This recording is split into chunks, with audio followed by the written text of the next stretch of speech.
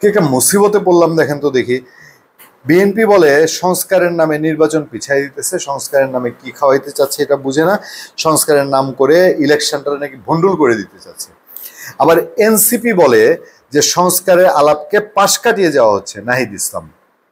BNP আরেকটা কথা কয়, বলে যে আমরা তো চাই যে বিচার হোক, ফেসিবাদের বিচার হোক, কিন্তু কতদিন, 1.5 বছর তো যথেষ্ট সময় ছিল। এখন এই বিচার যদি শেষ করার জন্য 20 বছর নেওয়া হয়, যখন সার্জিস আলম বলছে যে কি প্রধান উপদেষ্টাকে তিনি 5 বছরের জন্য নাকি প্রধানমন্ত্রী দেখতে চান আগামী 5 বছরের জন্য, তো সেই সময় এই প্রশ্নগুলো তো একটু মাথায় আসতেই পারে। জাতীয় নাগরিক পার্টি এনসিপির আহ্বায়ক নাহিদ ইসলাম বলেছেন, আমরা দেখতে পাচ্ছি সংস্কারের আলাপকে পাশ কাটিয়ে দেওয়া হচ্ছে, সংস্কার অনাগ্রহ দেখানো হচ্ছে। আমাদের দলের পক্ষ থেকে বলতে চাই, সংস্কারের প্রতি আমরা সবাই যেন ঐক্যবদ্ধ হই। কেমন ঐক্যবদ্ধ হবেন? বিএনপি সবচেয়ে বড় স্টেক হোল্ডার, বিএনপির যিনি স্থায়ী কমিটির সদস্য আমির খসরু মাহমুদ চৌধুরী, তিনিই তো বলছেন যে এই সংস্কার ফংস্কার, সরি টু সে, এটা আপনাদের কাজ না।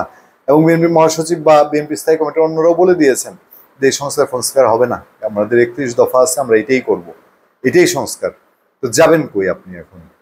এই মাইনকাচিপা থেকে বাংলাদেশ জাতিকে সংস্কার ফংস্কার এই সেই থেকে কবে কিভাবে মুক্তি দিবেন আল্লাহ হস্তে, এইটুকু নিশ্চয়ই জাতি জানতে চায়।